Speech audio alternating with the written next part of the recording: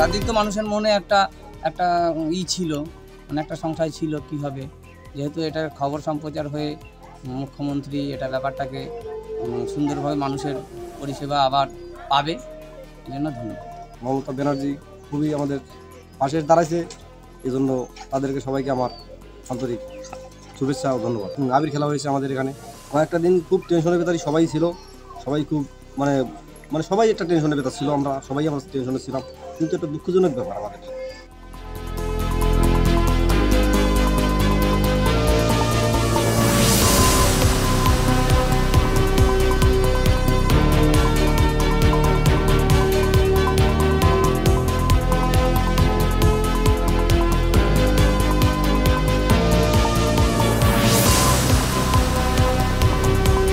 প্রশংসাপত্র আমরা মাননীয় মুখ্যমন্ত্রীর নির্দেশে প্রশাসনের তরফ থেকে আমরা এখানে যাদের যাদের আধার কার্ড নিয়ে কোনো সমস্যা বা কোনো চিঠি পেয়েছেন, আচ্ছা, তাদের প্রত্যেকের হাতে হাতে আমরা একটা মাননীয় মুখ্যমন্ত্রী নিজের দেওয়া শুভেচ্ছা বার্তা করে দিচ্ছি। আচ্ছা, সেখানে রাজ্যের আধার কার্ড সমস্যা পোর্টাল চালু করার যে কথাটা মাননীয় মুখ্যমন্ত্রী বলেছেন, আচ্ছা, তার উল্লেখ থাকছে।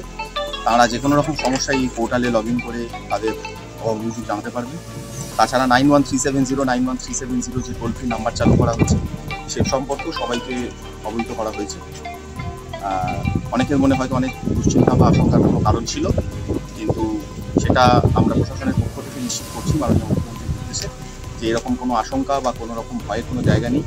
যে সমস্ত পরিষেবা চালু ছিল সেই সমস্ত পরিষেবা চালু থাকবে এবং প্রশাসন সদা সর্বদা সমস্ত মানুষের পাশে আছে। আজকে আমাদের সাথে আমাদের বিডিও সাহেব ছিলেন, আমাদের পঞ্চায়েতের প্রধান সাহেব ছিলেন।